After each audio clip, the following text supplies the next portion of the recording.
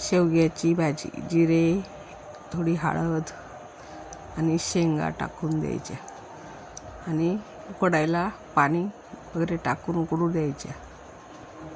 आणि चांगल्या उकडल्या का मग कांदे, लसूण, अद्रक, कोथिंबीर, खोबरं बारीक करायचं मिक्सरमध्ये. बारीक झाल्यावर त्याला परतून घ्यायचं चांगलं. परतल्यानंतर परतून घ्यायचं.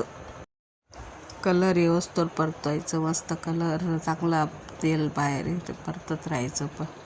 आणि थोडं बाजरीचं पीठ टाकायचं. त्याच्याने आळण चांगलं बसतं. डाळ काही वापरत नाही मी भाजीला. थोडं बाजरीचं पीठ नाही ते यसूर करून ठेवते. त्याच्याने आळण चांगलं बसतं.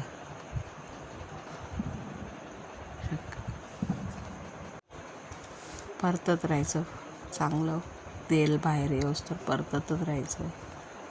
आणि थोडा मसाला वगैरे टाकायचा. आता मसाले घरीच तयार केलेले असतात. आम्ही घरच्या घरी काळा मसाला तयार केलेला असतो तो टाकतो.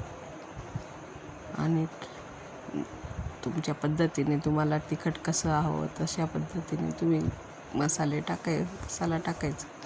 थोडं पाणी वगैरे टाकायचं. आणि चांगलं तेल येऊस्तोवर बाहेर येऊस्तोवर थोडं शिजू द्यायचं. बाहेर ते असं थोड्या वेळात थोडंसं तेल येईल.